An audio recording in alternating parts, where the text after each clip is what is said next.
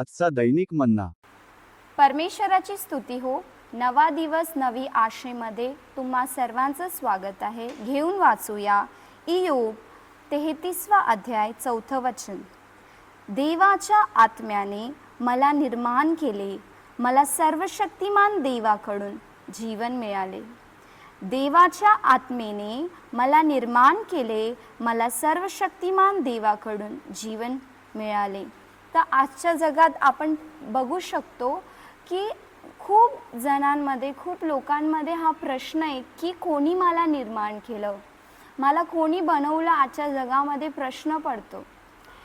तुम्ही पण कधी कधी विचार करत असाल की मला कोणी बनवलं म्हणून, माझ्या जीवनाचा उद्देश काय आहे म्हणून.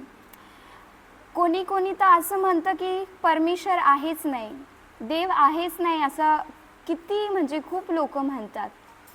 मी तुम्हाला एक उदाहरण जर दिलं, आपल्या घरामध्ये एक फॅन आहे, तो आपल्याला हवा देतो, पण त्या फॅनला पण बनवणारा कोणीतरी आहे. त्या व्यक्तीने ज्याने त्या फॅन बनवला, त्याने हा विचार करून फॅन बनवला की तो आपल्याला हवा द्यायला पाहिजे. म्हणजे एक फॅन आहे, त्याला कोणीतरी बनवलं आहे. एक चेअर आहे, बसायसाठी कोणीतरी त्याला बनवलं आहे. तसंच परमेश्वराने पण आपल्याला बनवलं आहे. आपण कुठून असंच आलो नाही. देवाने पहिलेच त्याच्या मनामध्ये, जेव्हा आपण बनवलो पण गेलं नव्हतं ना, तेव्हा देवाने आपल्याबद्दल विचार केला आणि त्या देवाने आपल्याला त्याच्यासारखं बनवलं.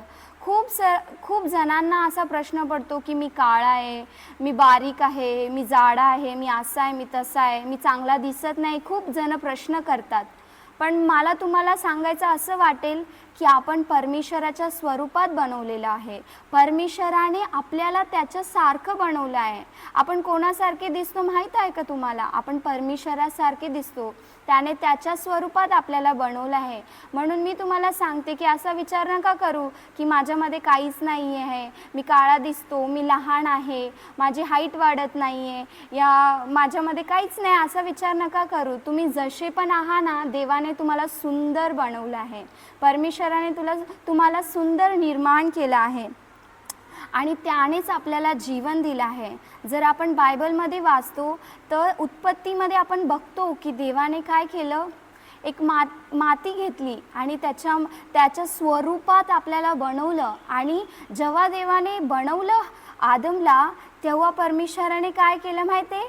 त्याच्या नाकामध्ये श्वास फुकला आणि तो श्वास आज पण आपण घेत आहोत. 24 तास आपण तो श्वास घेतो. ते जीवन देवाने आपल्याला दिले आहे. तर आज तुम्ही आजारांमध्ये असू शकता, काही प्रकारच्या चिंता वेदनांमध्ये असू शकतात, पण परमेश्वर जीवन देणारा परमेश्वर आहे. तुम्हाला वाटत असेल तुम्ही ज्या आजारामध्ये की मी बरं होणार नाही, काय मला होईल म्हणून तुम्ही खूप चिंता करत असाल, पण तुम्ही चिंता नका करू. त्या देवाने ज्याने तुम्हाला बनवलं आहे, त्याने तुम्हाला एका उद्देशाने बनवलं आहे. त्याने तुम्हाला असंच नाही बनवलं आहे. तुमच्या जीवनामध्ये त्याची काहीतरी योजना आहे आणि तो तुम्हाला असंच मरू देणार नाही. ती योजना जोपर्यंत तुमच्या जीवनात पूर्ण होत नाही, तुम्हाला एक हानी पण तुम्हाला धक्का पण पोहोचणार नाही. तो देव आपल्याला जीवन देतो. तर तुमच्या जीवनाची चिंता नका करू. फक्त एक चिंता करा की आपल्याला परमेश्वराचं राज्य बांधायचं आहे. जेव्हा आपण परमेश्वराच्या राज्याची बांधायची चिंता करतो ना, तर आपल्या जेवढ्या पण चिंता आहे तो परमेश्वर घेतो.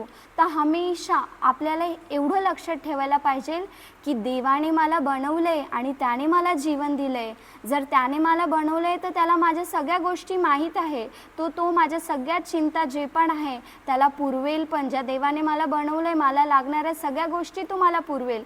फक्त मला एक काम करायचं आहे की त्याच्यावर विश्वास करायचा आहे आणि त्याच्या राज्याला आपल्याला बांधायचं आहे. तेव्हा परमेश्वर आपल्या जीवनामध्ये जे पण गोष्टी असेल, जे पण चिंता असेल, तो दुरवणार परमेश्वर आहे. तो आपल्याला प्रेम करतो. चला या वचनाला आपण ग्रहण करूया आणि प्रार्थना करूया.